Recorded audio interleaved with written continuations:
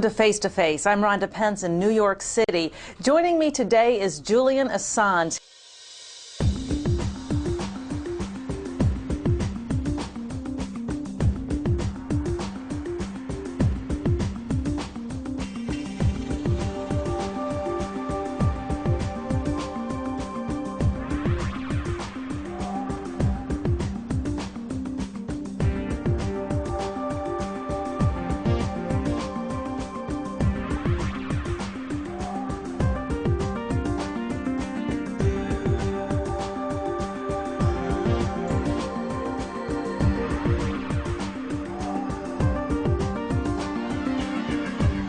He is co-founder of Wikileaks.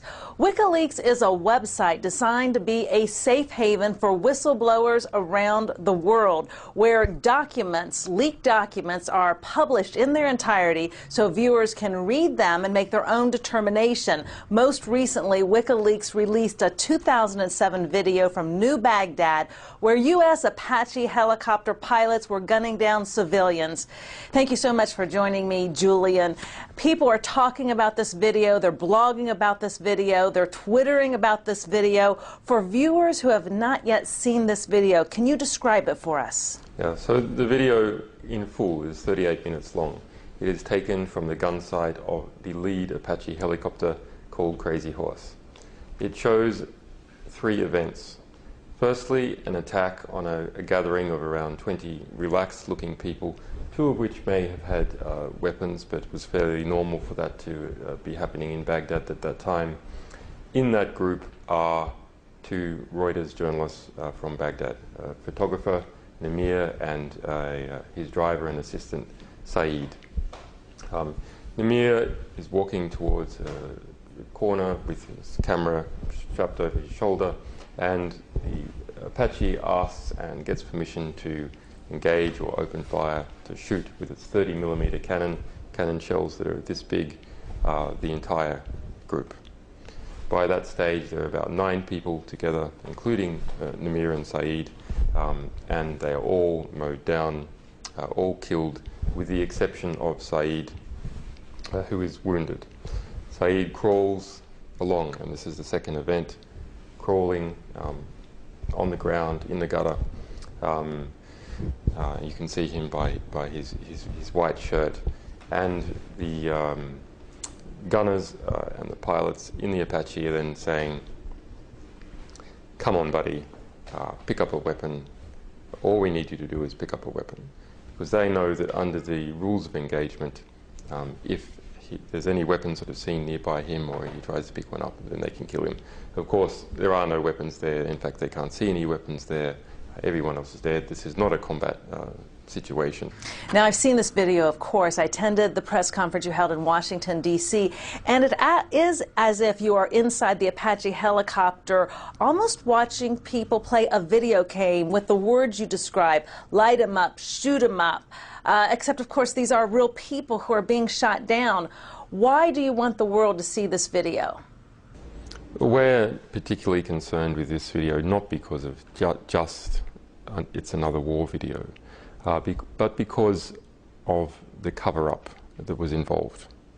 This is also a video that has killed journalists who can't have been insurgents. I mean, for any other sort of victim, there may, except a child, there is always an allegation, well, maybe they were really insurgents. But there was shooting in New Baghdad. About 20 to 25 minutes before the Apache helicopters arrived, there was open gunfire. So the pilots apparently could have thought insurgents were there. But as you said, the Reuters journalists were walking around relaxed. They saw the Apache helicopters, and they were not afraid. Why do you think there was so much targeting going on and so much shooting for so long? Well, it was 20, according to classified U.S. military records, there was shooting, small arms fire, somewhere in New Baghdad, not in this street, 28 minutes before the Apaches circled around and saw this group.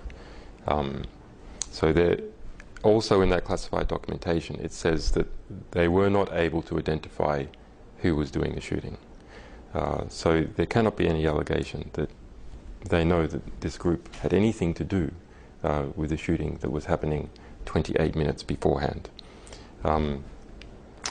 So it appears that these were just very bloodthirsty pilots.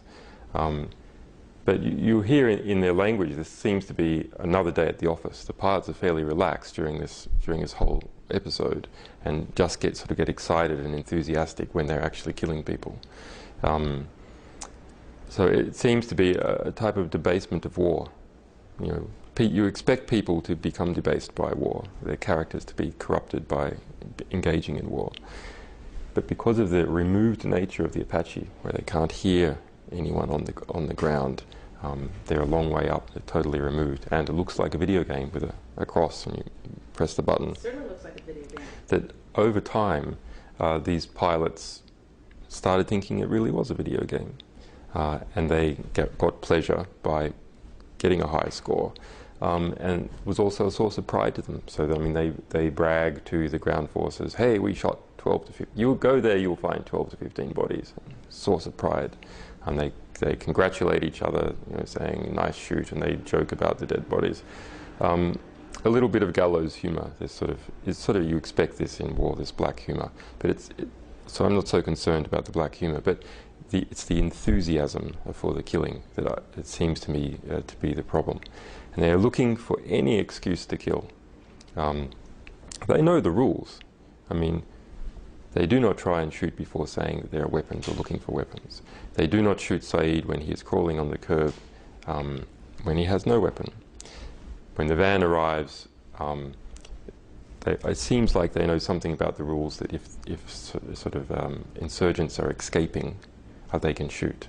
And later on with the house, they say, hey, we've seen 6 armed men go in there. Hey, we can now put a missile in it.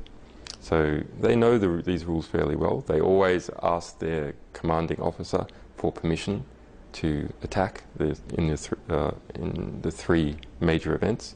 And later on, after complaints by Reuters about the deaths of their journalists, there was a review.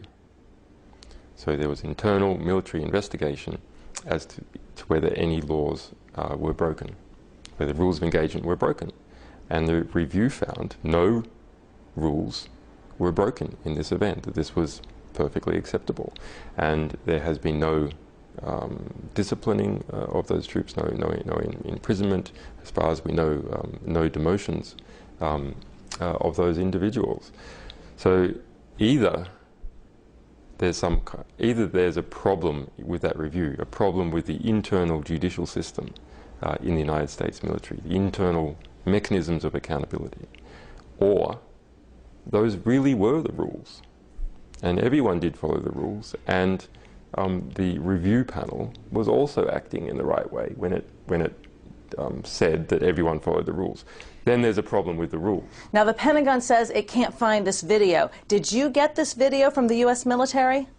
Well, we never reveal where we get material from precisely, but obviously this passed through the hands of military officers or enlisted personnel on its way to us. When we first got this, we got it with a brief textual description. We didn't really even know what we had. We originally thought this was a video about Afghanistan, and it was only once we decrypted it, which took a volunteer effort, many people donating their computers to help go through all the different passwords and find one to decrypt it. It was only then that we started to see what was going on, and started researching this more and more and more.